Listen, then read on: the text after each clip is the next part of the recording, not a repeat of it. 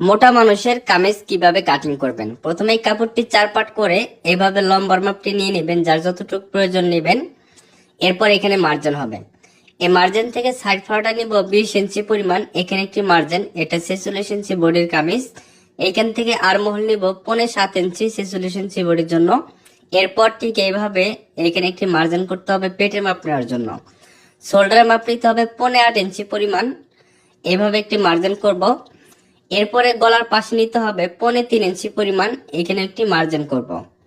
এরপরে পিছনে গলার লম্বা নিতে হবে 4.5 ইঞ্চি পরিমাণ এবং সামনের গলার লম্বাটা 7.5 ইঞ্চি অথবা 7 ইঞ্চি নিলে হয়ে যাবে। বডির মাপ 46 কে 4 ভাগ করে 1 ভাগ নেওয়ার পর 1 ইঞ্চি বেশি নিব। কোমরের মাপকে 4 ভাগ করে 1 ভাগ নেওয়ার পর 1 ইঞ্চি বেশি। হিপের মাপ সেম ভাবে 1 ইঞ্চি বেশি নিয়ে নিব। এরপর ঠিক এভাবে একটি শেপ কাট দ্বারা সুন্দর করে রাউন্ড শেপটি করে নিব। পাশাপাশি বাড়তি যে কাপড়টা রাখছি সেই অনুযায়ী মার্জিন করব। নিচের দিকে নিব আমরা এখানে 13.5 ইঞ্চি পরিমাণ। এরপর 1 ইঞ্চি সেলাইয়ের জন্য বেশি নিব। চাইলে আপনারা একটু কম বেশি করতে পারেন নিচের ঘেরটা, তাতে কোনো সমস্যা নেই। এভাবে মার্জিন করে নেওয়ার পর সুন্দরভাবে আর্মহোলে রাউন্ড শেপটা দিয়ে দিব। এরপর এভাবে সুন্দর করে কাটিং করব। আমি গলাটা বক্রম দিয়ে তৈরি করব, তার জন্য এখন গলা কাটিং করতেছি না। আপনারা যারা কাপড় দিয়ে গলা তৈরি করবেন ঠিক এই মাপেই গলাটা কাটিং করে নিতে পারবেন। ভিডিওটি ভালো লাগলে শেয়ার করবেন।